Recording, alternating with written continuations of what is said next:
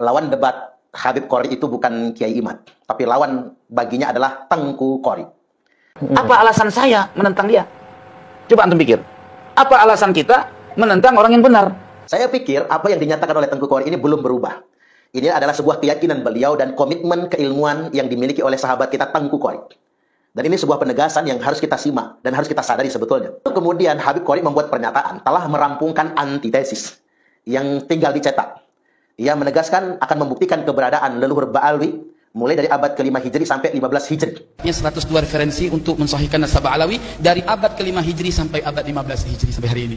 Lalu begini penegasan dari Tengku Qori akan itu semua. Tengku Qori sudah melakukan penelitian, sama sekali tidak pernah tersebutkan leluhur Ba'alwi dari mulai abad ke-5 Hijriah hingga abad ke-9 Hijriah. Coba kita simak dulu.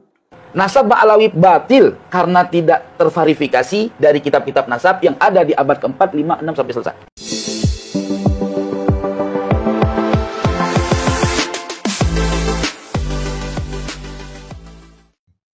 Assalamualaikum warahmatullahi ta'ala wabarakatuh.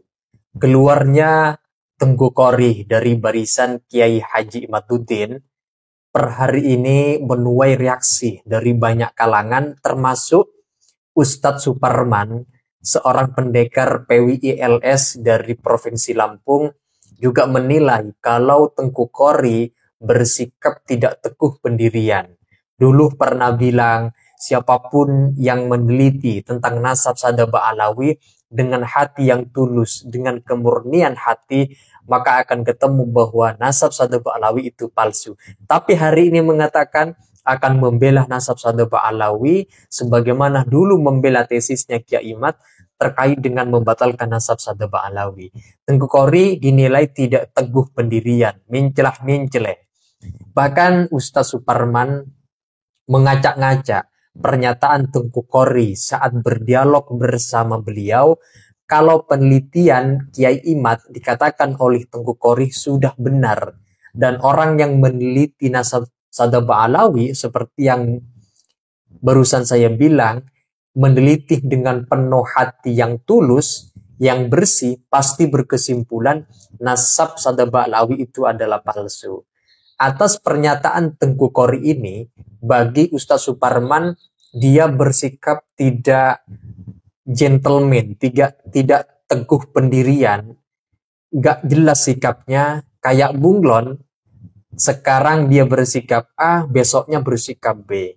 Maka bagi Ustaz Suparman, Tengku Qori layaknya orang biasa yang sebenarnya tidak perlu dihiraukan, tidak perlu ditanggapi setiap omongan-omongannya. Anggap saja setiap omongan dari Tengku Qori itu anggap saja seperti ocehan orang yang tidak konsisten di dalam mengutarakan sebuah argumentasi ke ruang publik. Nah, untuk itu teman-teman, mari kita simak komentar pedas dari Ustadz Suparman dalam video berikut ini. Baik, sekarang kita akan mengulas perdebatan antara Tengku Qori versus Habib Qori. Karena sebetulnya lawan debat Habib Qori itu bukan Kiai Imad, tapi lawan baginya adalah Tengku Qori. Ini menarik, bahkan menurut saya konten ini wajib ditonton oleh para habaib dan muhibbin se-Indonesia agar semua tercerahkan atau tercerdaskan. Baik, kita mulai. Dari argumentasi pertama, Habib Qori mengatakan agar para habaib duduk manis saja. Biarkan ia yang berdebat melawan Kiai Imad. Para habaib, ya, kami yang akan terdepan, antum duduk manis aja. Lalu inilah jawaban tegas dari Tengku Qori akan pernyataan Habib Qori tersebut. Benar Kiai Imad. Apa alasan saya menentang dia? Coba antum pikir. Apa alasan kita menentang orang yang benar? Gak ada alasan. Nah, maka oleh sebab itu, saya dulu pernah sampaikan ketika pertama kali itu ketika di Gus Fuad Pleret. Saya sampai menyatakan siapa saja orang yang meneliti nasab Bani Ba'alawi dengan penuh kejujuran, ya, penuh jujur, yang hak-hak, yang batil-batil, pasti ketemu nasab Ba'alawi palsu. Gak ada datanya, gak ada. Ntar saya jelasin. Saya pikir apa yang dinyatakan oleh Tengku Qori ini belum berubah. Ini adalah sebuah keyakinan beliau dan komitmen keilmuan yang dimiliki oleh sahabat kita Tengku Qori. Dan ini sebuah penegasan yang harus kita simak dan harus kita sadari sebetulnya. Kemudian sempat Habib Qori menyebut tentang faqih muqaddam dan sempat berkirim Fatihah. Lalu ketika saya pernah mengungkapkan kata-kata yang enggak baik kepada Imam Al-Faqihil Muqaddam, itu baru tergoncang saya punya jiwa. Lalu tak lama saya fatihahkan kepada Al-Imam Abdullah bin Alwi Al-Haddad. Lalu bagaimana tanggapan Tengku Qori tentang sosok faqih muqaddam itu? Apakah sosok ini benar-benar ada? Alwi hebat. Amul Pakih bisa terbang 70 kali ke langit jumpa sama Tuhan. Orang pakai buruk loh. Wong Nabi aja sekali seumur hidup pakai buruk. Dia mah kagak pakai apa-apa, cus. Begitu kan? Kesaktian dia sama Nabi. Gue bingung. Sekali itu mampunya, ya nggak? Ilok kagak ada karangannya. Siapa ulama yang pada tingkat derajat martabat tinggi, yang syuhrah hebat, Syekh Abdul Qadir Jailani, ada tulisannya, banyak karyanya, ya nggak? Ngapa dia kagak ada? Gue bingung. Ini orangnya ada nggak sih sebenarnya? Ulama yang ada di zamannya boleh cek. Imam Nawawi, Imam Rafi'i, ya, tidak pernah tahu nama Amul Faqih Muqaddam. Gue bingung. Seringkali di dalam kitab karangan Imam An-Nawawi, qala, misalkan ulama anu sebutin sama dia, ya kan? Kalau di Yana qala Al-Auza'i, disebutin, ya nggak? Qala Imam Syafi'i, tanda orangnya ada. Benar-benar. Betul. Nah, Ba'alawi dari nenek moyangnya sampai Muhammad Maulad Dawilah hebat, tapi nggak ada orangnya. Betul. Kuburannya ada, boleh gali. Kalau ada, tahu gerbong pisang apa-apa, bingung kita. Hampir sakit kepala kita hari ini. Gue mah dimusuhin, gue mah nggak masalah. Ini jelas sekali sebetulnya penjelasan dari Tengku Qori, sangat jelas sekali. Nanti versi video panjangnya bisa Anda tonton secara mendetil, karena setelah ini akan kita tampilkan video aslinya tanpa dipotong. Lalu kemudian Habib Qori membuat pernyataan telah merampungkan antitesis yang tinggal dicetak. Ia menegaskan akan membuktikan keberadaan leluhur Ba'alwi mulai dari abad ke-5 Hijri sampai 15 Hijri. 102 referensi untuk mensahihkan nasab Ba'alawi dari abad ke-5 Hijri sampai abad 15 Hijri sampai hari ini. Lalu begini penegasan dari Tengku Qori akan itu semua. Tengku Qori sudah melakukan penelitian, sama sekali tidak pernah tersebutkan leluhur Ba'alwi dari mulai abad ke-5 Hijriah hingga abad ke-9 Hijriah. Coba kita simak dulu. Nasab Ba'alawi batil karena tidak terverifikasi dari kitab-kitab nasab yang ada di abad ke-4, 5, 6 sampai selesai. Dalam bila mana nih Tuan Syekh Hasyim Asy'ari masih hidup, sungguh Tuan Syekh Hasyim Asy'ari mengatakan Ba'alawi batal, Kiai Mat benar. Ya. Gitu loh. Kenapa? Fakta, data. Gitu loh. Hujah dan dalil. Hujah dan dalil. Penting kalau nggak ada data mah rungkat semua itu. Penting itu. Pelajari yang benar, yang lurus. Nah sekarang kok ada orang namanya Ubaidillah tidak terdata dalam kitab-kitab nasab tempo dulu. Dari kitab nasab yang mutasir riwayat nggak ada. Wong riwayatnya nggak ada. Bagaimana wujud orang tanpa ada riwayat? Itu namanya dongeng sebelum tidur. Gitu loh. Halusinasi, nama orang dibuat-buat itu. Kalau Ubaidillah ini orang biasa, ya ustadz Iqra lah, wajar nggak ada yang kenal papan. Tapi kalau dia sekaliber Bapak Prabowo, sekaliber Bapak Jokowi, sekaliber lebih dari Tuan Syekh Hasyim Asy'ari, sekaliber Gus Dur, ilok agak yang tahu. Gue bingung. Masa surat cinta aja kagak ada? Ahmad bin Isa terverifikasi tukilan orang yang menukil khobar dari dia. Ahmad bin Isa.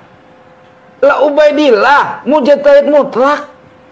Imam Syafi'i punya karangannya, Imam Ghazali punya karangannya. Dia jangankan karangan, surat cinta ge kagak ketemu. Nggak pacaran dia kali. Mungkin zaman dulu orang pacaran kan. Gitu kan? Paham nggak kira-kira? Ya, paham ya. Enggak kan? Jelas tidak kira-kira? Jelas. Jadi nasabah alawi batal karena tidak ada sumbernya. Jelas? Gampang jawabannya. Ketika mereka bilang banyak sumbernya, mana? Kayak kucing aja, mana? Ya. Iya, mana sumbernya, mana? Sumber kok ada di abad 9-10.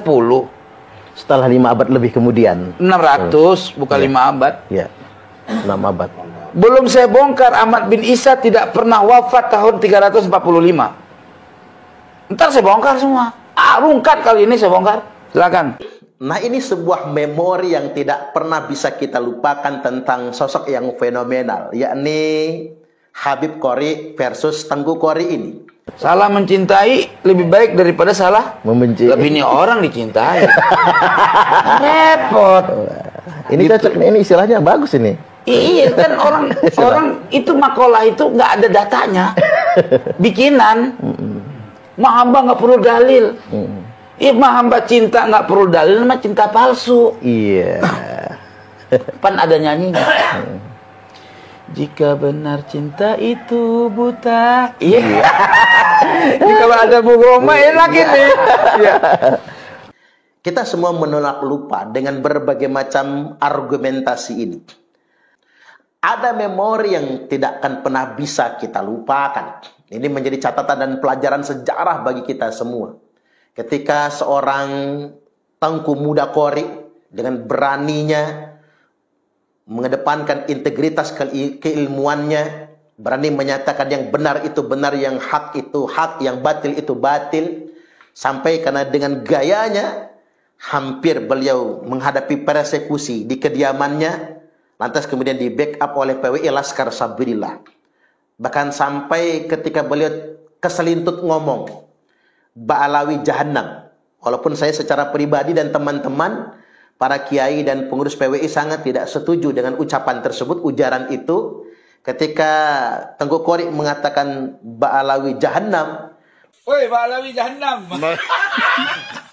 Natap lo rungkat, lo liatin aja. Ini sumbernya saya juga. Jahannam betul. Allah ya Rabb.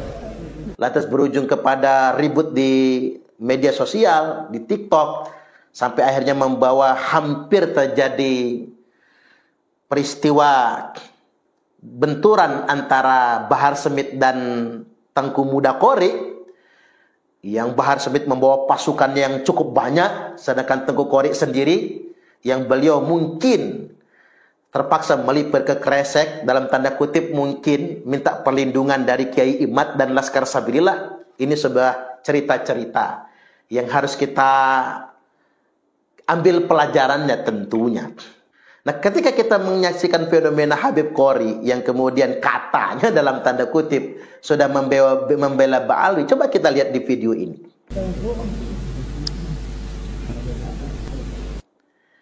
Ada kesungkanan sepertinya Habib ini untuk berjabatan tangan dengan beliau.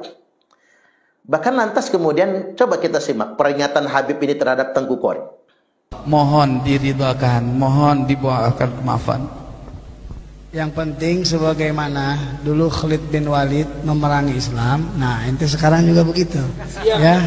Nah, coba Anda simak, Anda perhatikan, adakah wibawanya lagi Tengku Qori yang kita anggap sebagai seorang ulama yang punya kapasitas intelektual?